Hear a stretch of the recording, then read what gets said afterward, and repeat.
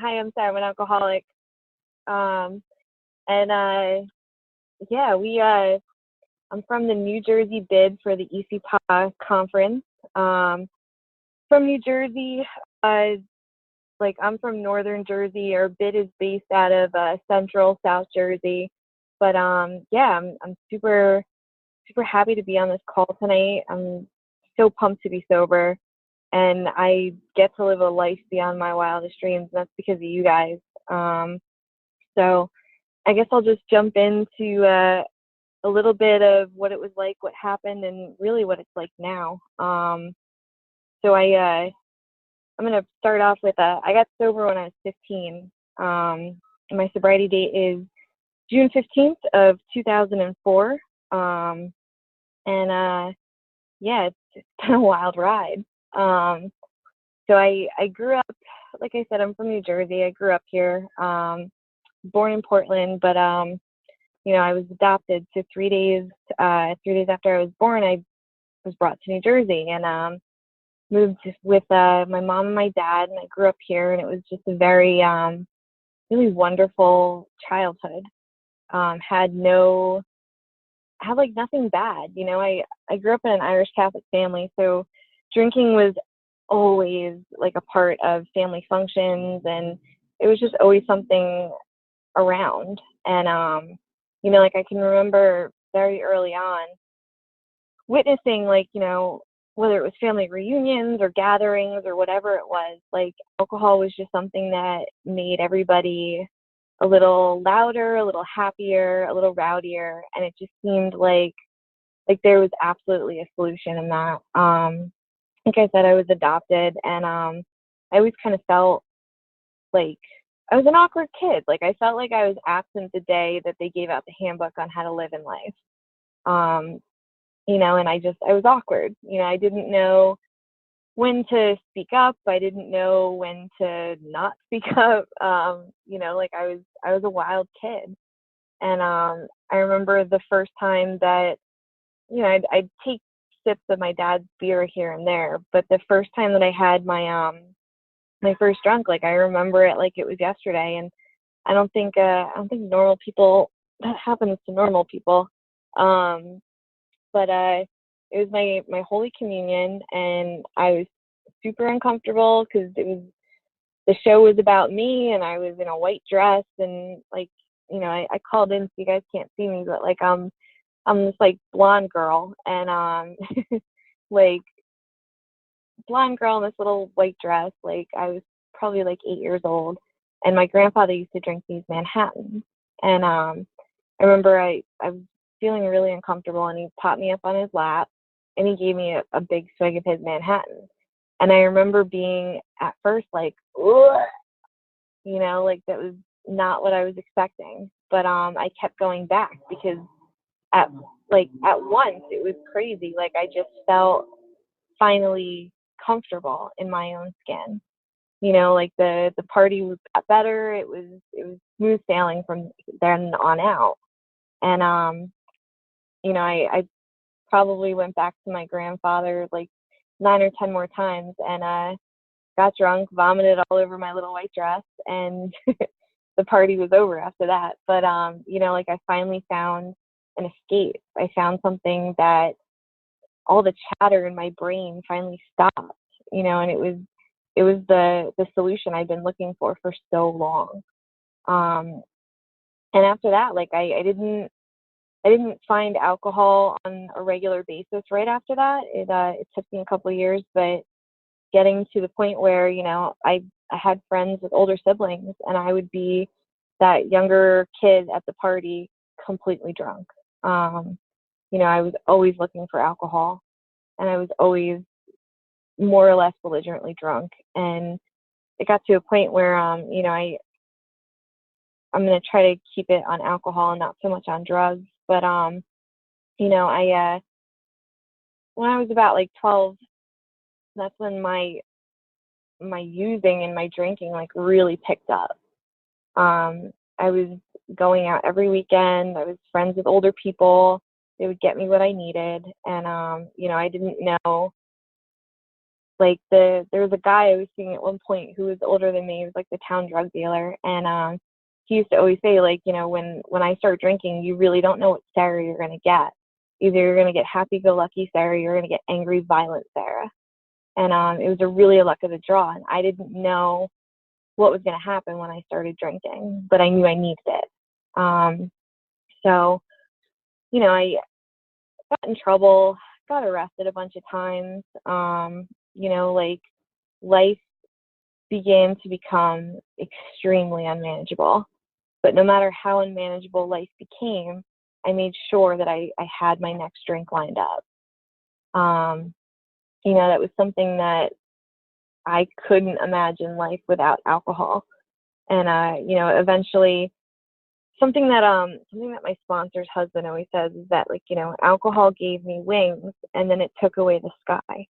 And it's so true for me, because, you know, I couldn't imagine life without alcohol, and it brought me to a point where I couldn't imagine life with it either. And you know, I was at that jumping off point that they talk about in our literature.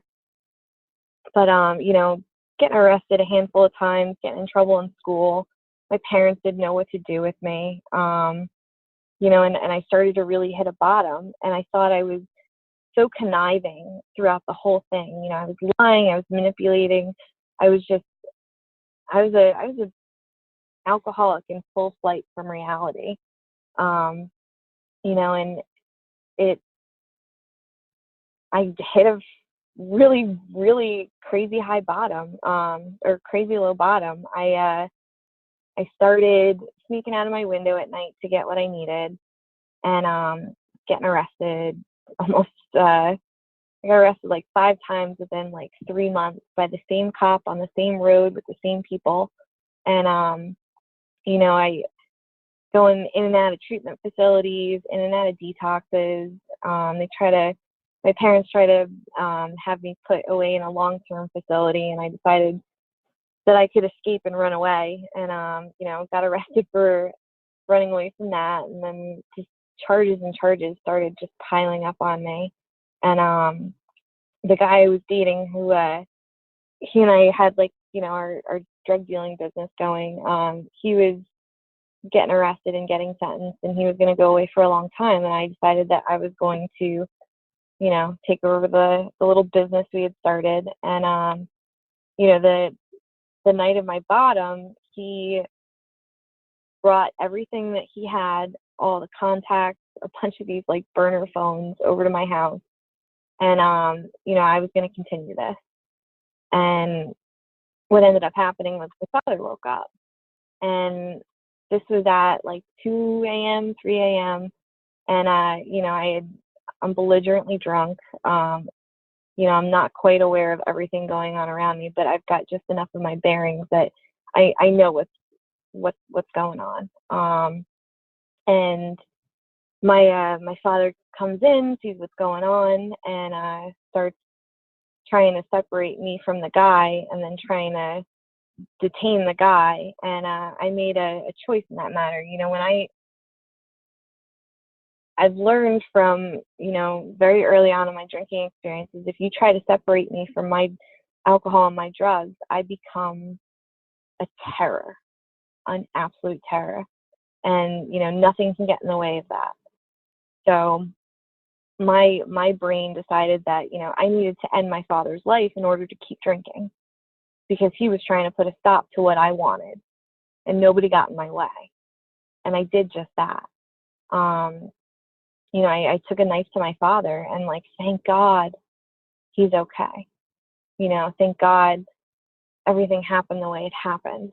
You know, I ended up running out of my window, knowing what I had just done, and not caring, because that's who I am when I drink. I didn't care if he was okay. I didn't care what was going on. All I cared about was getting to my friend's house so I can get in contact with who I need to get in contact with. And I was going to go to Mexico and live happily ever after, because in my mind, that was a perfectly sensible reality. And you know, that's not what happened. I got picked up by the cops after breaking and entering. And you know, I was brought to, I like ran out of my house and like basically like no, next to no clothing. And I had scratches all over me from, you know, everything that happened. And they brought me to this local hospital, and my mom came in. I'm like tied down to this hospital bed, and my mom comes in, and like I hear her talking with the police officer that was outside of my room, and she had said, you know, like the police officer said, like, you know, we can take her back to jail, or, you know, you can try to get her in a treatment facility. And my mom said, just get her help. And my mom comes in, she lets me know that my dad's okay, he's down the hall. And she said to me, like, you know, if we knew what we were getting into when we adopted you, we would have passed. You are not the person that we ever thought you would be. And we don't know you. And, you know, like that, a lot of events, like up to that point, like had started to kind of open up my eyes to what was going on. But that was one of like the main stepping stones. You know, that was definitely God opening my ears and my eyes to what was going on. And that sunk in, and I felt that, and I heard that. And for the first time, I wanted to somewhat look at myself. Wasn't enough just yet, but I somewhat looked at myself. And they didn't have, you know, again, like I'm 15 years old, they didn't have an adolescent bed open in the tri-state area, and they didn't know where they were going to send me.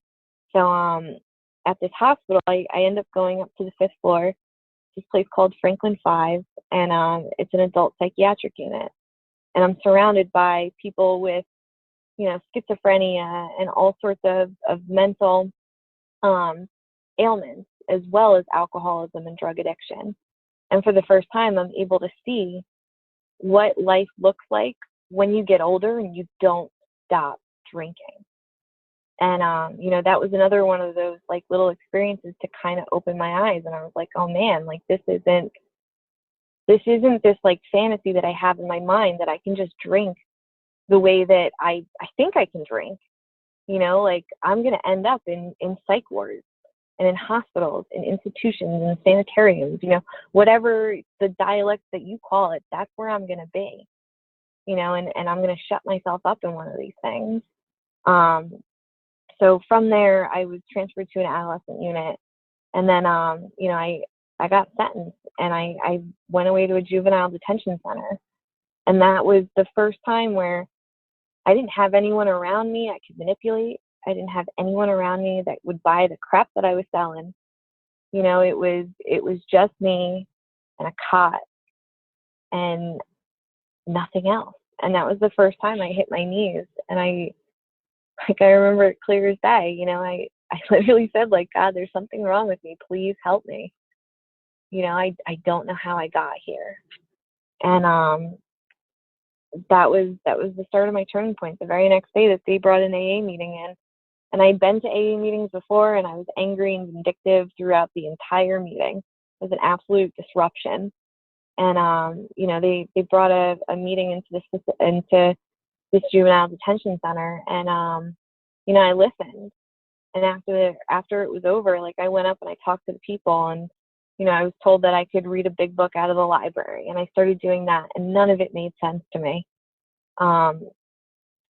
But there were certain things in that doctor's opinion that they were talking about, and it was just starting to click. Like little things were starting to click. And that's how my journey to recovery started. I got out of that detention facility. I was 9 months sober, and you know, I started like, they told me that when you get out, have a plan, go to a meeting the next day, sit in the front with the dummies, you know, raise your hand, say that you're new, and stick around before and after the meeting. And I went in as soon as the meeting started. I sat in the back, and as soon as they were done saying the Lord's Prayer, I was ready to run out. And I was stopped by a couple individuals, and I guess I had that like newcomer glow. But they stopped me, and they said, you know, listen, you know, here's a list of numbers.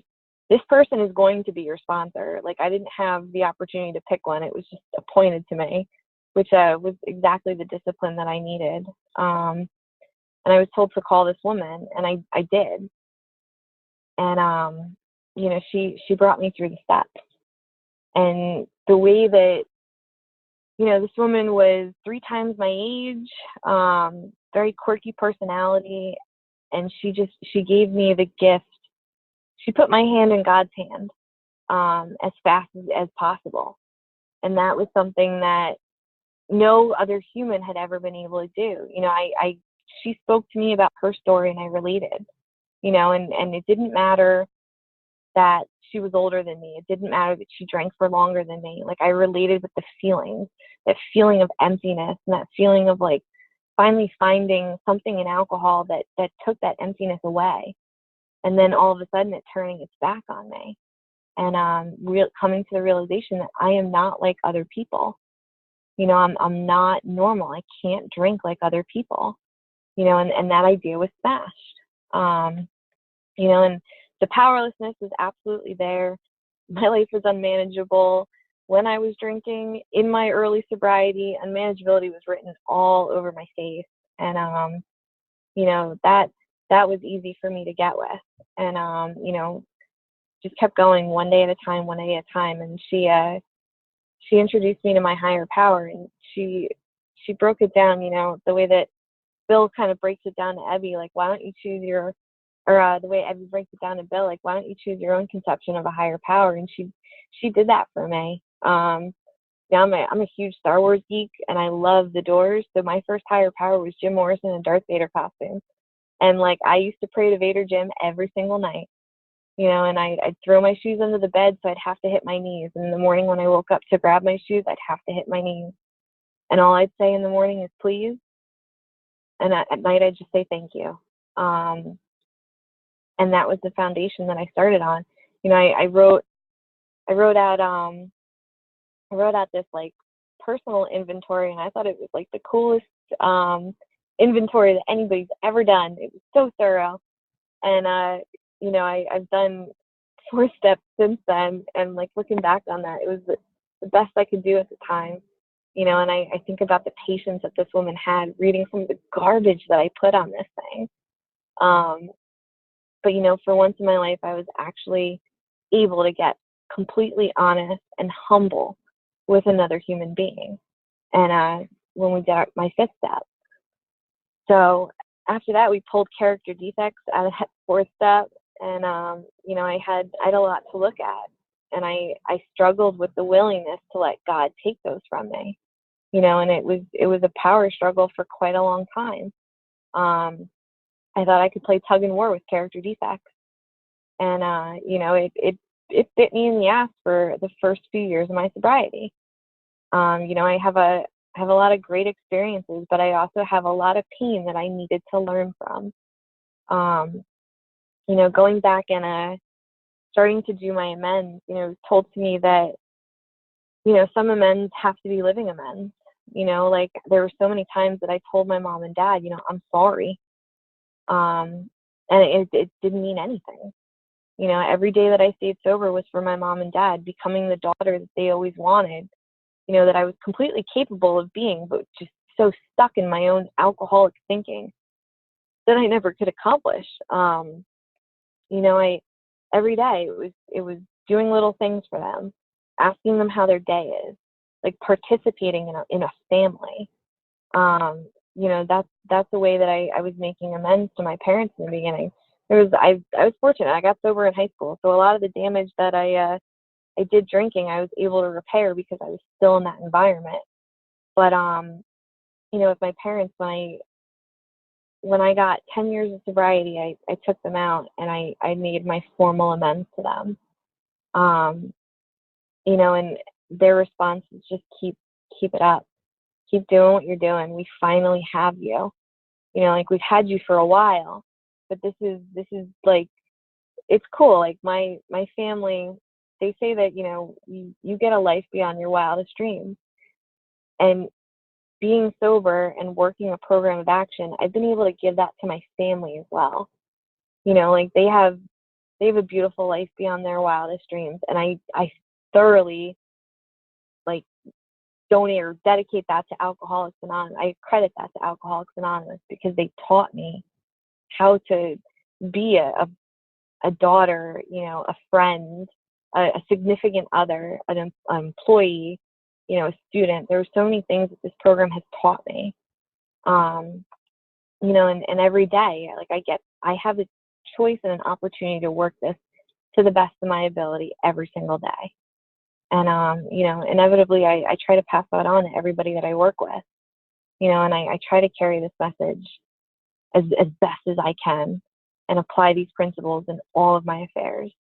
And some days are easier than others, like some days my voice can sound a lot like God's voice, and it's my worldly clamors can blot out my higher power.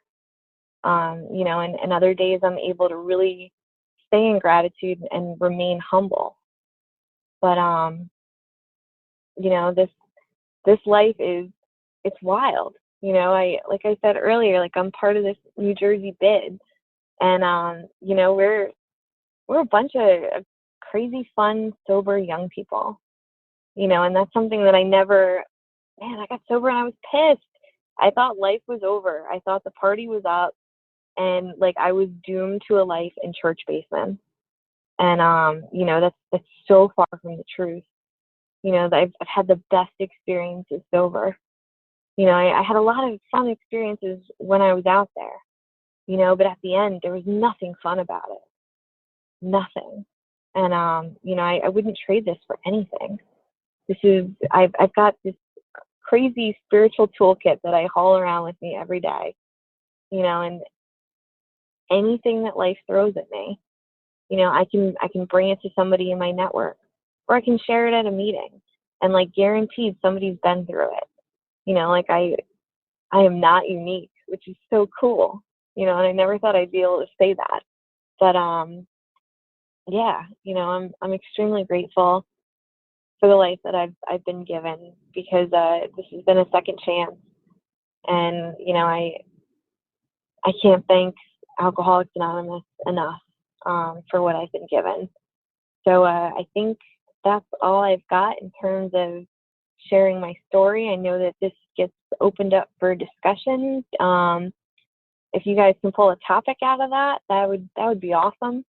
But yeah, that's it for me. So I think I'm gonna be quiet now. Thank you guys.